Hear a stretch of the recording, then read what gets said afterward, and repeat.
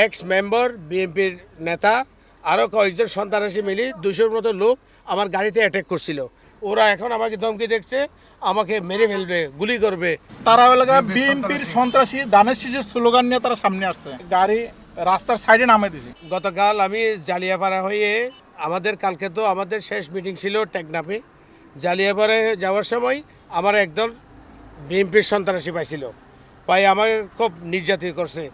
তারপর তবু আবার ওখান থেকে আমি আল্লাহ ইনশাল্লাহ আমাকে সেভ করছে। ওখান থেকে এসে আমি আবার আমাদের এখানে একটা বল খেলার মাঠ আছে, ওইখানে এই শাহপুরদ্বীপে, এটা কর্নারে, ওখানকার এক্স মেম্বার বিএনপির নেতা আরও কয়েকজন সন্ত্রাসী মিলি 200-র মতো লোক আমার গাড়িতে অ্যাটাক করছিল।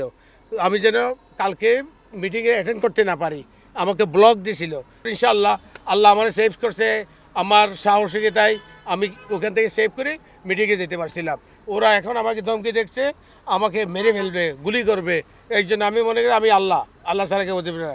এই জন্য আপনারা আমার জন্য সবাই দোয়া করবেন, আমি যেন ইনশাআল্লাহ দাঁড়িপাল্লাকে জয় করে নিয়ে আসতে পারি ইনশাআল্লাহ।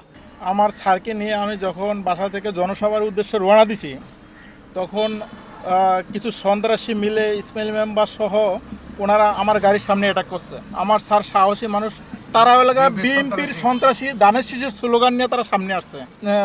ওখানে ইসমাইল মেম্বার বলে একজনকে চিনি, ওনার দায়িত্বে ওরা আসছে আর কি। 200-র মতো স্পটটা ছিল ওই বল খেলার মাঠ। স্যার ওই মাঠটা বল খেলার স্যার, ওখানে একটা বল খেলার মাঠ ওখানে সরকারি করে দিছে, কিন্তু সরকারি মাঠ ওখানে ওরা আসছে, আমাদের সামনে অ্যাটাক করছে। গাড়ি রাস্তার সাইডে নামে দিছে, ফুল রাস্তা ব্লক করে ওরা মিছিল করে আমার গাড়ির সামনে আসছে।